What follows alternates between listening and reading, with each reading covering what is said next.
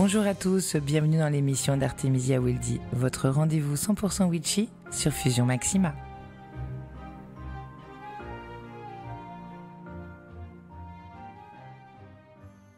Connaissez-vous le festival Écho et Merveille ? Du 30 avril au 4 mai 2025, rendez-vous à Bruguière, près de Toulouse, pour la 7e édition du festival Écho et Merveille. 5 jours de magie, de musique et d'imaginaire avec Bill McCreary, Faune, Calandra, Lani Taylor, Gail Carriger, Hayward. Concerts, artisans, salon du livre fantastique, animation pour toute la famille. Info et billetterie sur échoetmerveille.com. Artemisia Wildy sur Fusion Maxima. Et bonjour, j'espère que vous allez bien. Bienvenue dans une nouvelle rencontre magique autour du festival Écho et Merveille. Aujourd'hui, j'ai le plaisir d'être avec Nicolas Chacour, fondateur et directeur artistique du festival, pour vous faire découvrir tout ce qui se trame en coulisses et ce qui nous attend pour cette 7e édition. Bonjour Nicolas. Et bonjour. Comment vas-tu déjà ? Très bien, et toi, comment ça va ? Ça va, nous le soleil est revenu. Et sur Toulouse, ça donne quoi ? Là, c'est un peu mitigé, mais le soleil arrive la semaine prochaine, c'est ça qu'on veut, donc c'est parfait. Yes. Alors, pour commencer, Nicolas, est-ce que tu peux nous raconter comment est né le festival Écho et Merveille ? Alors, c'est un peu un accident, ce festival. C'est pas un projet prévu de longue date. C'était moi qui suis musicien et qui rend hommage avec mon groupe Nicolite Orchestra aux cultures de l'imaginaire. On avait eu l'idée de créer un petit festival sur les cultures geeks il y a 10 ans. Et en fait, dans ce festival, il y avait une soirée médiévale fantastique sur les musiques médiévales fantastiques et qui a cartonné. C'était en 2016. Et du coup, on a prolongé l'aventure sur le côté médiéval fantastique avec des concerts sur ces thématiques-là, et c'est devenu Écho et Merveille. Et voilà, c'est la première version du festival, c'est comme ça que c'est né. Et d'où vient issu des cultures geeks. Ouais. Génial. Et d'où vient le nom justement Écho et Merveille ? Parce que c'est poétique quand même, ça donne envie. Oui, en fait, l'idée c'était d'avoir quelque chose qui pouvait aussi parler au plus grand monde, aux enfants aussi. Et en fait, écho, ça fait aussi pour le coup écho à nos concerts avec le Nicolite Orchestra. Quand on rend hommage à Miyazaki, le concert s'appelle Écho de la vallée du vent, etc. Tous les concerts commencent par Écho de Westeros, Écho d'Hyrule, et du coup, c'est un peu, en fait, le écho fait référence à la musique. Via d'abord le Nicolite Orchestra, et après le Merveille, c'est pour tout le reste, tout ce qu'on peut trouver dans ce festival, évidemment les artisans, les animations, toutes les pépites qui se cachent dans les 5 hectares du parc. Voilà, l'aventure à tous les coins d'arbres, quoi. Ouais, on peut pas dire rue, là, on peut dire arbre, je suis d'accord. C'est ça. En quelques mots, quelle est la philosophie et l'âme du festival ? La philosophie générale, c'est vraiment le partage, c'est l'expérience. Il y a une énergie très très particulière sur ce festival. Quand on s'y balade, on peut pas le savoir si on n'y va pas. Des familles rencontrent des spécialistes de ces cultures-là, et tout se passe très bien. Tout le monde a le sourire. Et en fait, vraiment, le message principal, c'est partager, découvrir. C'est l'authenticité, c'est-à-dire qu'il y a que des artisans, c'est de l'artisanat pur. Il n'y a pas de revendeurs, pas de choses qui viennent de l'autre bout du monde manufacturées. Tu vois, c'est vraiment un contrôle strict sur les créateurs. Il y a aussi pareil pour le livre, pour les illustrations.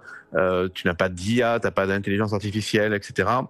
Tu as la musique qui est jouée, 40 groupes qui viennent jouer, qui jouent avec leurs instruments, vraiment. Donc c'est vraiment un côté authentique, assez artisanal d'une manière générale. Et voilà, c'est un peu l'ambiance générale de ce festival qui est un peu un festival dont vous êtes le héros, où il y a beaucoup de choses à faire et on s'ennuie pas en famille, en amis, en couple. Voilà, rien que le lieu est tellement beau que voilà, il y a une énergie, surtout je pense un échange d'énergie assez intéressant. Ok. Comment le festival a-t-il évolué depuis sa création ? Parce que c'est la 7e édition, donc ça fait 7 ans, si je me trompe pas. Oui, alors en fait, il y a eu la pandémie, donc tu as eu 4 ans de trou entre 2019 et 2023, mais depuis 2016, au début, une soirée de concert au Bascala, dans la belle salle du Bascala, et petit à petit, on a rajouté le parc, qui est juste autour, on s'en était pas rendu compte au début, mais il y a un parc de 5 hectares devant la salle de concert. Et donc au début, c'est que des concerts, puis il y a un peu d'artisanat, quelques bouquins. Et au final, ça prend sa forme vraiment en 2023 avec 4 journées dans le parc, 4 soirs de concert. et voilà, et une soirée d'ouverture qui s'est rajoutée l'année dernière aussi. Donc voilà, la forme finale, on commence à la voir un petit peu, mais on évolue. En fait, c'est un festival qui évolue tout seul aussi et on l'accompagne. C'est des choses qu'on peut pas prévoir. Tu vois que les festivaliers qui viennent de toute la France, voire de plus loin, il y a que 20% de gens qui viennent de Toulouse. Donc c'est vrai que c'est quelque chose qu'on accompagne. En fait, on a créé un festival, on le voit grandir et on essaie de l'accompagner au mieux. Mmh. Ouais. Est-ce que tu peux nous expliquer justement cette différence? Il y a la salle Bascala et il y a le festival. Alors là, moi, j'aime bien être honnête avec mes auditeurs. Je vais raconter mon expérience perso. J'ai vu les annonces Écho et Merveille. Je dis, mais ça a l'air top et tout, faut que j'y aille. Mon côté witchy, viking va être satisfait à 100%. J'ai une amie qui expose Jessica, les Mandy's et Mandragore. D'ailleurs, si tu m'écoutes, coucou, bisous. Qui me met qu'elle y va. Je dis, non, mais il faut que j'y aille. Je vois Hayward, j'adore Faune, Calandra, j'en passe, même Beer McCreary, etc. J'ai allez zou. Je prends les trucs de concert, je dis c'est trop bien, même avec le petit, je pourrais l'entendre, mais non en fait. Il y a une salle de concert où il y a en effet le soir des concerts bien spécifiques avec des groupes juste hors normes que tu as trop envie d'écouter, et le festival qui est toute la journée. Au niveau horaire, d'ailleurs, le festival est de quelle heure à quelle heure? Ouverture 10h, mais je sais pas quelle heure c'est fini. Oui, c'est 10h à 21h dans le parc, sachant que la plupart des animations s'arrêtent à 19h, et que d'ailleurs à 19h ça devient gratuit pour tout le monde parce que t'as plus que le marché artisanal. Si tu veux te balader juste au marché et aussi la restauration et les bars, mais en gros c'est 10h-19h vraiment le gros des animations en journée sur les 5 hectares du parc, et puis le soir à partir de 19h t'as les concerts qui commencent dans la salle, et là c'est 19h, 1h ou 2h du matin quoi. Ouais, il y a de quoi faire, mais vraiment. Oui. Et sincèrement, au départ, j'avais prévu de faire que le concert du 30 et bien le premier. Bon, je dirais les dates après. Mais non, on n'a pas le temps en une journée. Il y a trop de choses à faire, trop bien. C'est top. Oui, il y a plein de choses à faire. La journée commence vraiment que le jeudi, par contre. Je précise pour tout le monde parce que des gens se trompent et viennent le mercredi après-midi. Non, le mercredi, ce n'est qu'une soirée d'ouverture. Et vraiment, il y a les 4 jours du parc, c'est de jeudi à dimanche, quoi. Super. Qu'est-ce qui, selon toi, fait l'unicité d'Écho et Merveille dans le paysage du festival français? Enfin, j'ai pas compris. Qu'est-ce qui, selon toi, fait l'unicité d'Écho et Merveille dans le paysage des festivals français? Parce qu'il y a plein de festivals en France. Mais toi, il est particulier. Donc, qu'est-ce qui donne cette unicité? En fait, il y a plusieurs festivals dans le festival. Tu vois, déjà, par exemple, c'est pas une médiévale, mais il y a des éléments de médiéval dans Écho et Merveille. C'est un festival de musique. Et d'ailleurs, sur ces cultures-là, avec ces groupes-là, sur ces 40 groupes et la qualité de ces 40 groupes-là, on devient une des plus grosses programmations d'Europe sur ces cultures-là. Donc, du coup, les gens s'y retrouvent et viennent pour ça. Mais t'as aussi un salon du livre avec une centaine d'auteurs. Donc, en fait, t'as un salon du livre, t'as un festival de musique, t'as un marché des créateurs et t'as plein d'animations pour lier tout ça et la musique qui reste le cœur. Et ça donne un événement, si tu veux, nous on a créé l'événement qu'on avait envie de voir. Et il se trouve que il y en a pas d'autres ailleurs. Et il y a quelques, tu vois, ça ressemble un petit peu à Trolls et Légendes qui est en Belgique, mais finalement eux ils sont dans un parc expo à l'intérieur. Donc c'est vrai que ça reste unique parce que c'est lié aussi à la géographie du lieu. Un parc comme ça de 5 hectares avec un lac et un théâtre de verdure et on rajoute une scène et puis en plus il y a une salle de concert pour le soir. En fait, la géographie du lieu rend l'événement unique et après c'est ce qu'on y a mis comme ingrédient et en fait ça fait un festival complètement à part, atypique, en plus complètement indépendant. Il n'y a pas du tout de subvention, il y a pas de, c'est une asso et vraiment c'est très particulier pour ça aussi. Et qui est pourtant d'une grande taille, qui attend 50 000 personnes, donc ça commence à être quelque chose de 50 000 évidemment, pas tous en même temps, je rassure tout le monde, ça lissé sur les 4 jours, et donc c'est vrai que ça, on peut circuler, ça respire, et donc ça fait un événement unique, effectivement, il y a pas de, il est très particulier là-dessus, et tant mieux, c'est cool. Ouais, parce que quand on regarde les vidéos,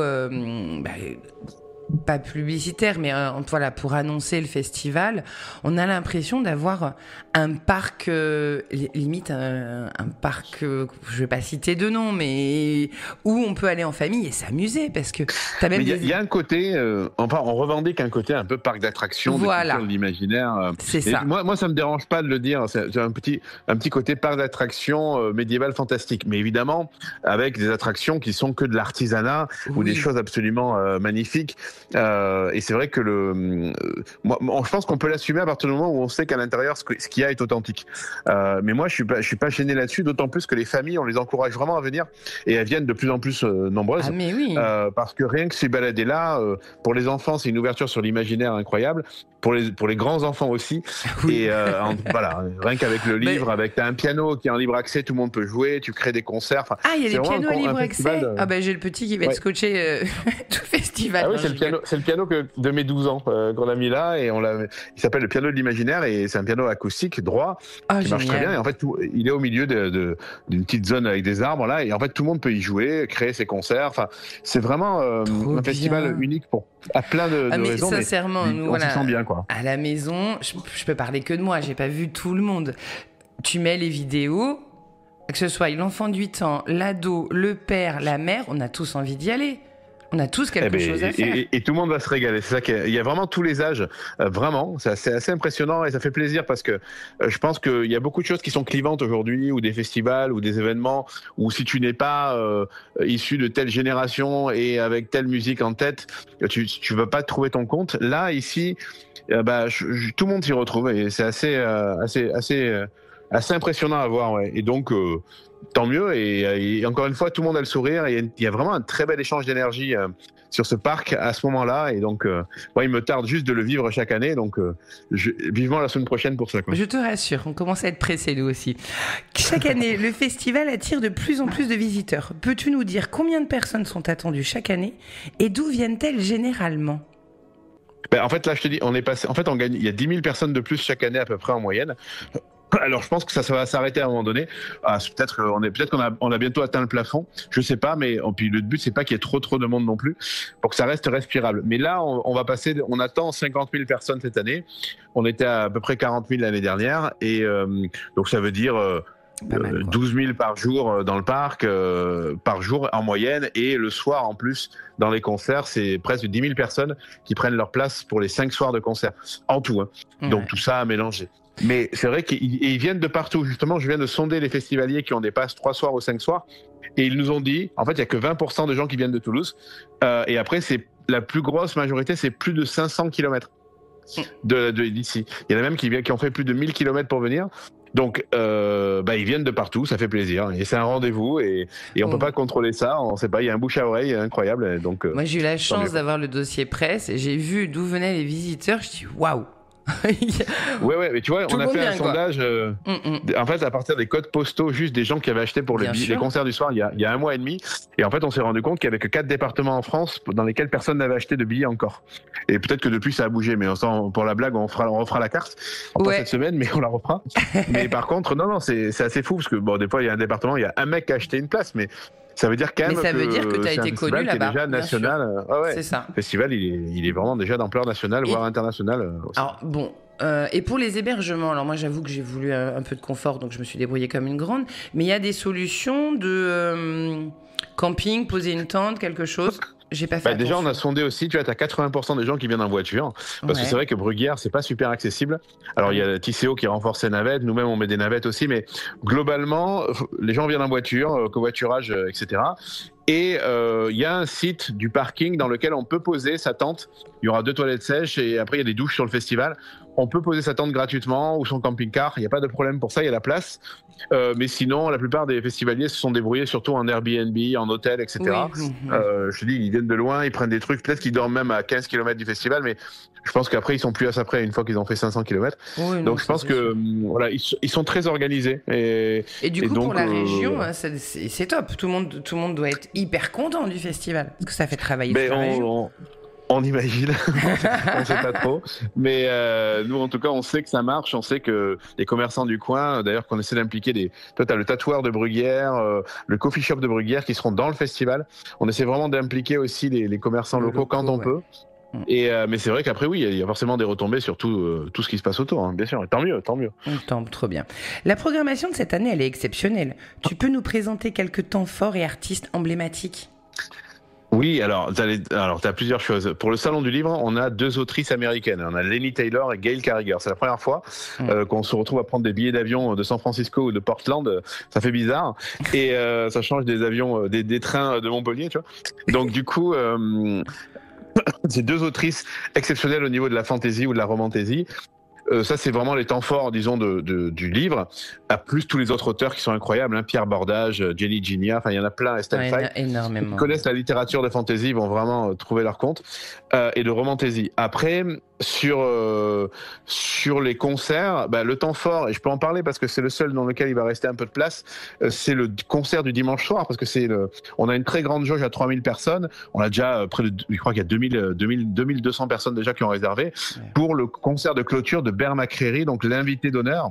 C'est le compositeur de Walking Dead, de Battlestar Galactica, de Outlander, c'est le compositeur de God of War, c'est le compositeur des Anneaux de pouvoir, hein, la série actuelle. C'est un immense monsieur, il a que 45 ans, c'est un métalleux, et donc en fait il débarque avec son groupe en ouverture et il va jouer avec nous, Nicolette Orchestra. On a créé un concert avec mon groupe, on est 16 sur scène et c'est un concert qui nous a pris 4 mois de travail et qui va aboutir donc c'est un concert unique de ses musiques avec lui sur scène également, avec plusieurs instruments qu'il va jouer, et on va jouer là en clôture. C'est un peu le temps fort musical. Tu vas avoir le track de dingue. Non, ça va. Moi, ça va. J'ai jamais le track. J'adore, je m'éclate. Mais non, ça c'est pas. Mais surtout, le track, il est avant, toi, pour bien préparer les choses musicalement. Quand on va répéter avec lui, voilà, que ça se passe bien. Et ensuite, t'as les temps forts, si tu veux, les groupes. Alors c'est déjà complet, mais on va quand même les citer. T'as Windrose qui joue le jeudi.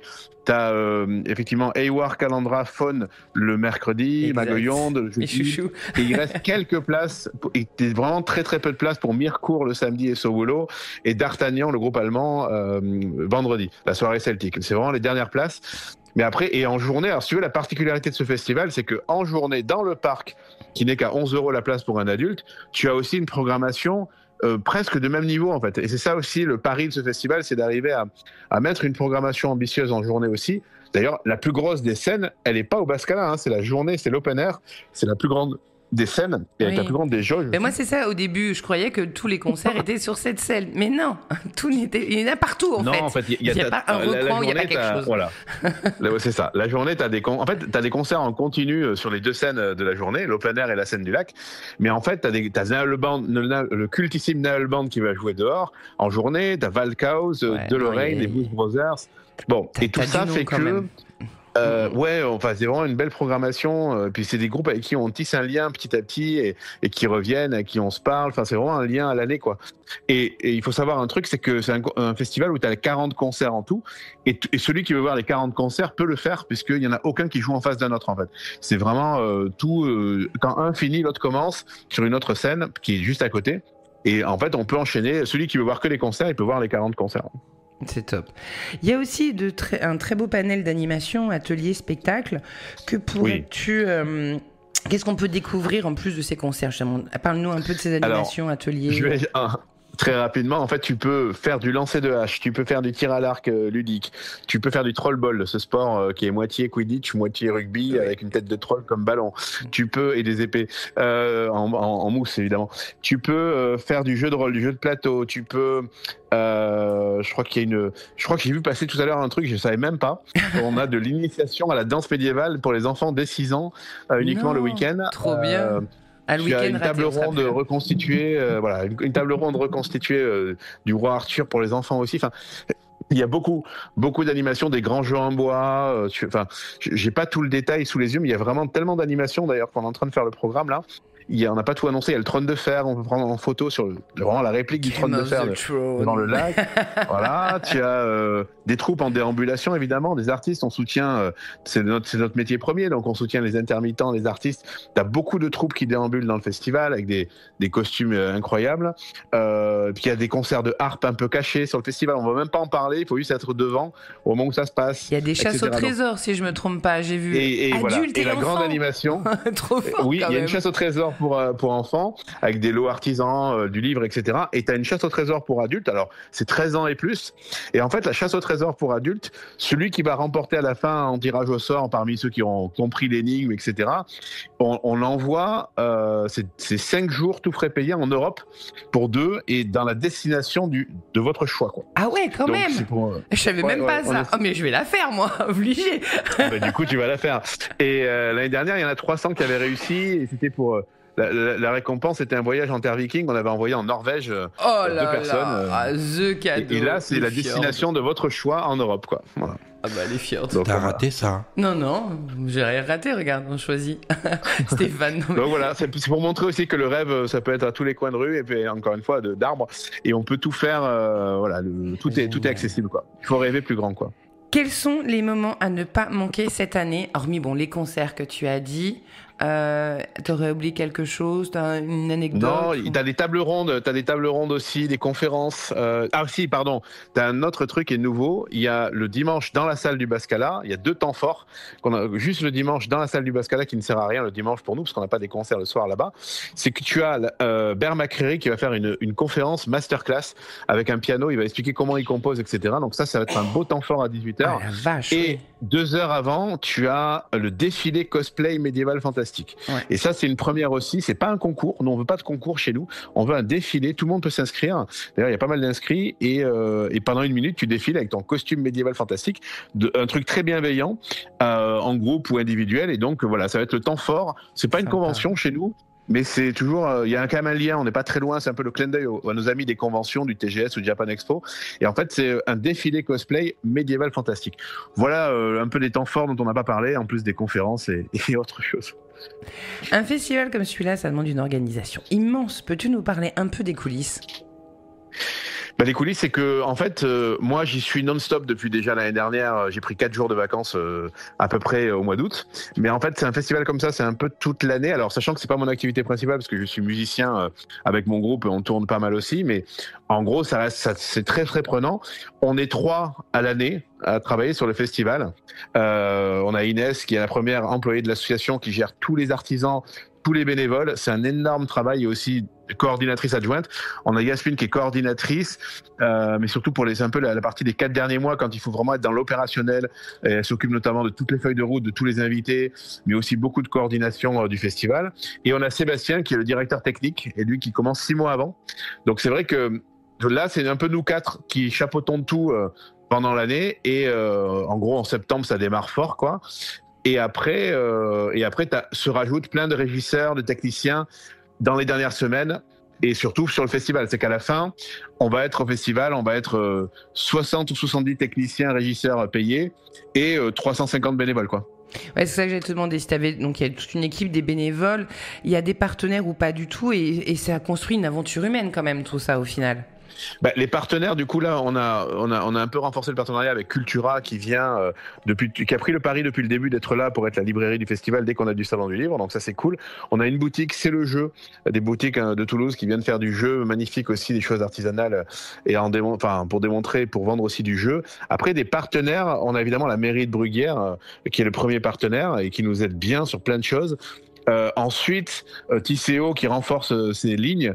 Mais on n'a pas vraiment après beaucoup de partenaires au festival et c'est pour ça aussi que c'est un modèle un peu particulier. Il est très indépendant, il n'est pas subventionné parce qu'encore une fois on n'arrive pas à le faire subventionner et je pense que c'est un peu l'enjeu des prochaines années, c'est de le sécuriser en termes de subventions publiques et privées, mais bon, le contexte c'est ce qu'il est, donc c'est pas toujours facile. Et pour l'instant, c'est même pas si mal qu'ils soient plutôt indépendants et qu'ils ne dépendent que de lui. C'est ce que j'allais te dire, au moins tu gardes une certaine liberté quand même. Oui, liberté dans tous les cas, et même une liberté. Voilà, nous, on ne va pas nous dire d'un coup, on vous enlève 200 000 euros de subvention, vu qu'il n'y en a pas. Donc, si on nous enlève 20 euros, c'est pas mal. Donc là, nous, au moins, on reste indépendant, et comme ça, on met le prix juste un peu partout. Le prix juste pour une entrée dans le parc, le prix juste pour un artisan qui vient chez nous, le prix juste pour les festivaliers, et voilà, on essaie de continuer à travailler là-dessus. Hein. Ok. Quels sont les défis principaux pour maintenir une telle quantité d'artistes et de logistique chaque année ? Parce que c'est énorme. Le défi principal, non, c'est d'être bien organisé, c'est sûr, d'avoir des phases. Parce que moi, en plus, je gère toute la communication tout seul. Et c'est vrai que c'est... ouais. Wow. Donc, c'est vrai que c'est être organisé dans son truc. Moi, par exemple, chacun dans son domaine, tu vois.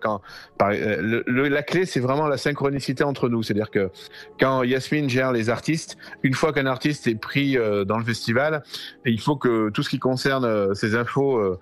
elles prennent le relais pour directement se parler de votre arrivée, des hôtels, des machins, des trucs, et que chacun soit dans son domaine. Quand ça commence quand ça peut foirer, quand ça commence à un qui récupère une info de l'autre et que on fait pas il faut être extrêmement exigeant sur la façon dont les infos circulent pour une organisation comme celle-là, même si on n'est que 3-4 à le gérer à l'année. Ouais. Que voudrais-tu dire aux personnes qui nous écoutent et qui hésitent encore à venir ? Ah ben n'hésitez pas, déjà il va faire beau, il va faire très beau, et on a demandé à Noël ça, donc ça fait 3 ans d'affilée qu'il fait extrêmement beau au festival, même très chaud, hein, qu'il a fait 28 et 30 degrés les années avant là, donc venez, baladez-vous, soyez curieux en fait, si vous avez envie si vous savez pas quoi faire, que ce soit juste le jeudi, ou alors parce qu'après vous partez en week-end, ou le vendredi, si vous voulez un truc plus calme, venez le vendredi, et puis voilà, juste venez, découvrez, rêvez. Et vous allez rencontrer que des gens sympas et voilà, vous allez faire des rencontres, vous allez découvrir plein de choses, vous allez repartir, votre compte en banque sera vidé parce que entre les artisans, les livres, etc. Forcément, il y a plein de choses à acheter, mais de qualité par contre. On peut faire les achats de Noël déjà quoi. Et voilà, juste soyez curieux, venez en famille. Ça plaît vraiment. Enfin, quel que soit l'âge, ça marchera pour le grand-père comme pour l'enfant. Donc c'est assez étonnant, mais ça marche. Et comment suivre le festival, réserver ses billets et ne rien rater ? D'une manière générale, il y a ecoemerveille.com, le site, qui est plutôt pas mal fait et à jour. Et à partir de là, il y a la billetterie, il y a des explications sur tout. Donc ecoemerveille.com, sinon Facebook, Instagram. Voilà, c'est principalement ça, quoi. Ok. Eh bien écoute, si tu as quelque chose à rajouter, vas-y. Sinon, je vais conclure cette interview. Non, moi c'est bon, je crois que j'ai... Je pense qu'on a donné toutes les infos. En tout cas, ouais, je crois aussi.